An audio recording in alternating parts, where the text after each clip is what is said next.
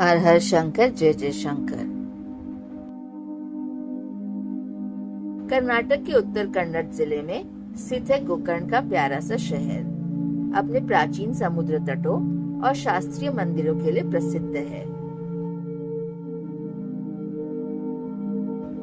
गोकर्ण का महाबलेश्वर मंदिर शहर के सबसे ज्यादा देखे जाने वाले मंदिरों में से एक है। यह मंदिर भगवान शिव को समर्पित है।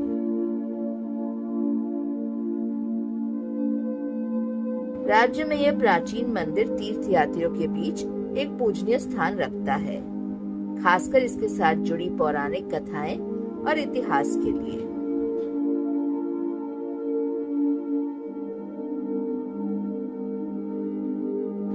मंदिर का उल्लेख रामायण और महाभारत जैसे महाकाव्यों में भी मिलता है।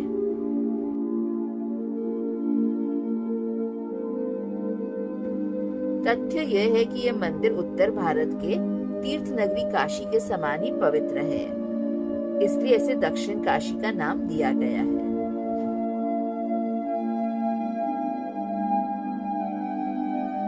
महाबलेश्वर मंदिर गोकर्ण समुद्र तटीय शहर गोकर्ण को तीर्थ स्थल की प्रतिष्ठा दिलाने में महत्वपूर्ण भूमिका निभाता है। यह मंदिर भगवान शिव के अवतार भगवान महाबलेश्वर को समर्पित है।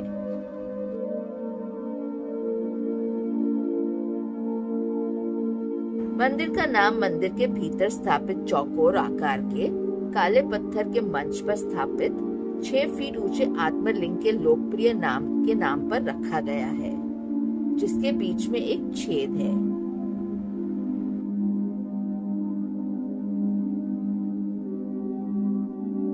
भक्तों को लिंग के शीर्ष की केवल एक झलक ही देखने को मिलती है,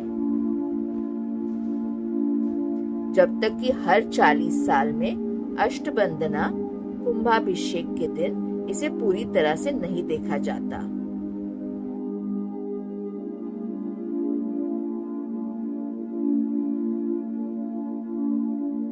मंदिर में मुख्य देवता भगवान शिव की एक प्राचीन पत्थर की मूर्ति है, जो लगभग 1500 वर्ष पुरानी है।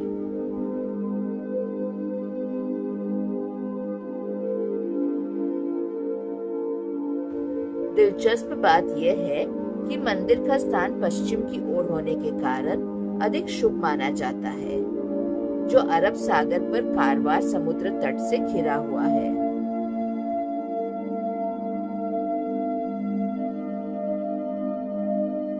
परंपरा के अनुसार भक्तों को समुद्र तट पर स्नान करना चाहिए, फिर महाबलेश्वर मंदिर में प्रवेश करने से पहले बगल के महागणपति मंदिर में पूजा करनी चाहिए।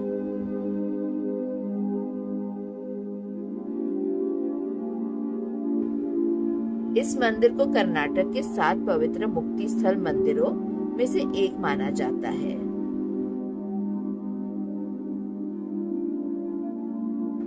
अन्य 6 मुक्ति स्थल उडुपी, सुब्रहाण्य, कोल्लूर, कुंभसी, शंकर नारायण और कोटेश्वर में हैं।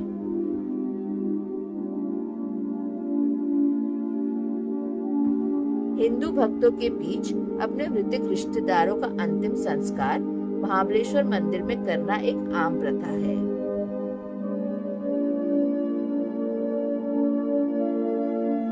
महाशिवरात्रि पर्व के दौरान मंदिर में हजारों श्रद्धालुओं की भीड़ उमड़ पड़ती है।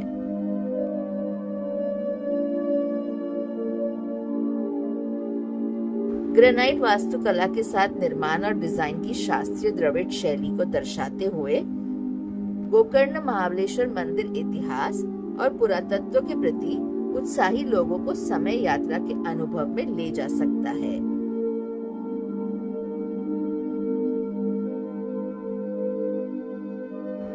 जो कि 4वीं शताब्दी में कदम्ब राजवंश के राजा मयूर शर्मा के शासनकाल के दौरान हुआ था, जब इस मंदिर का निर्माण किया गया था।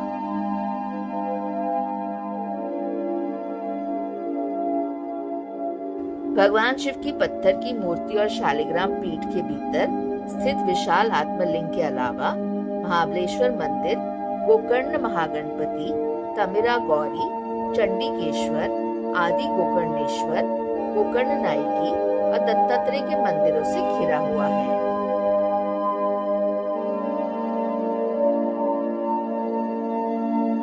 किंवदंती है कि गोकर्ण का महाबलेश्वर मंदिर भगवान शिव के मूल आत्मलिंग का खोया हुआ स्थान है, जो हिमालय में कैलाश पर्वत पर अपने पहले निवास स्थान से आया था।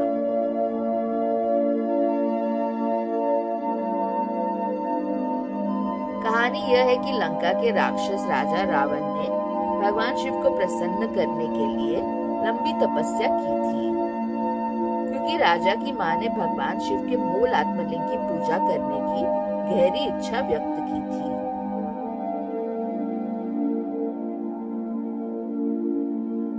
रावण की तपस्या से प्रसन्न होकर भगवान शिव ने अपने भक्त की 2 इच्छाएं पूरी की।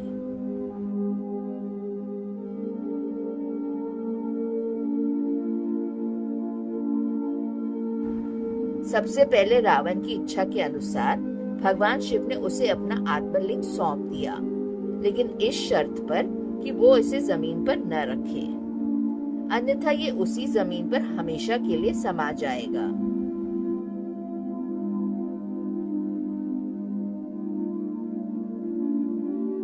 और राजा की दूसरी इच्छा को पूरा करते हुए कि उसे भगवान की पत्नी उमा जैसी ही सुंदर पत्नी चाहिए, भगवान शिव ने अपनी पत्नी को रावण के साथ जाने देने का फैसला किया, क्योंकि उमा के अलावा कोई और नहीं इतनी सुंदर थी।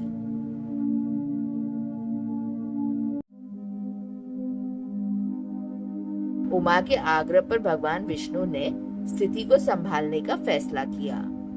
उन्हें यह भी संदेह था कि आत्मलिंग के होने से राक्षस राजा रावण अजय शक्ति बन जाएगा और वो संभवतः दुनिया को नष्ट कर सकता है।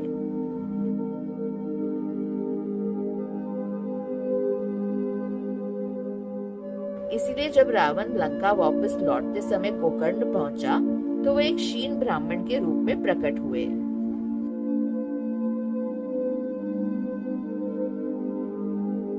भगवान विष्णु ने मायासुर की बेटी मंदोदरी के बदले राक्षस राजा उमा को धोखा देकर रावण को धोखा दिया।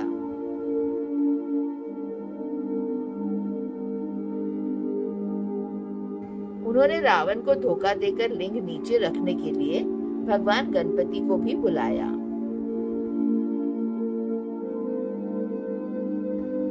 उसी स्थान पर गणपति एक चरवाहे के वेश में रावण के सामने प्रकट हुए। जब रावण को लगा कि उसकी संध्या वंदना का समय हो गया है, तो उसने गणपति से कहा कि जब तक वो प्रार्थना से वापस न आ जाए, तब तक वो लिंग को कुछ देर तक थामे रखें।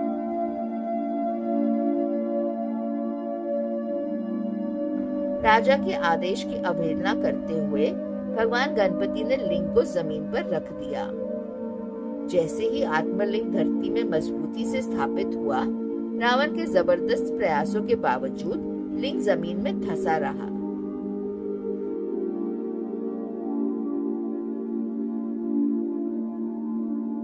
तब से लिंग को महाबलेश्वर के नाम से जाना जाने लगा।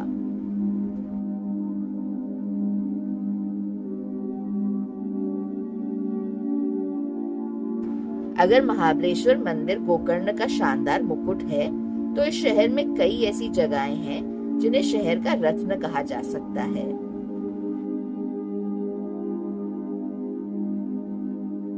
महागणपति का मंदिर भगवान गणेश को समर्पित है, क्योंकि उन्होंने रावण के आत्मलिंग को लंका में अपने राज्य में ले जाने के इरादे को विफल करने में एक चतुर भूमिका निभाई थी।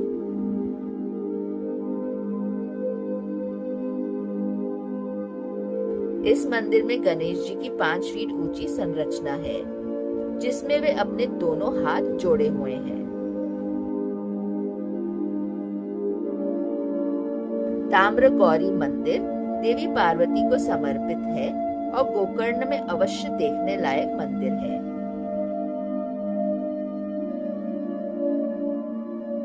देवी पार्वती की 2 भुजाओं वाली मूर्ति में एक संतुलन है, जिसके बारे में यह मान्यता है कि देवी काशी के मुकाबले गोकर्ण की श्रेष्ठता का आकलन कर रही हैं।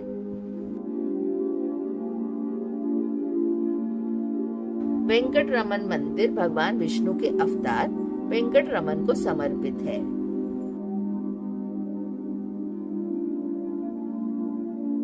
यह मंदिर कोटी तीर्थ नामक पवित्र मानव निर्मित तालाब के लिए जाना जाता है, जहां मूर्तियों का विसर्जन किया जाता है।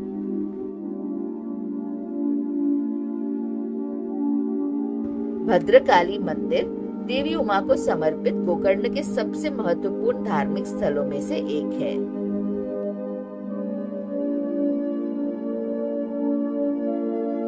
किंवदंती है कि जब भगवान विष्णु ने रावण को छल से उमा को मंदोदरी से अपनी पत्नी बनाने के लिए मजबूर किया, तो भगवान ने देवी को उसी स्थान पर रहने के लिए कहा था।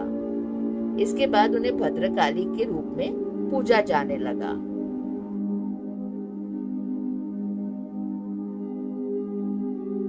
गोकर्ण स्थित महाबलेश्वर मंदिर तक कर्नाटक के विभिन्न भागों से पहुंचा जा सकता है।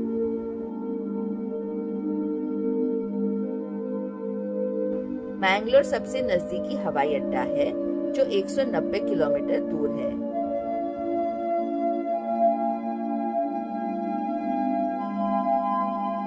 अंकोला निकटतम रेलवे स्टेशन है, जो 20 किलोमीटर दूर है। अंकोला से गोकर्ण तक बसें और टैक्सी उपलब्ध हैं।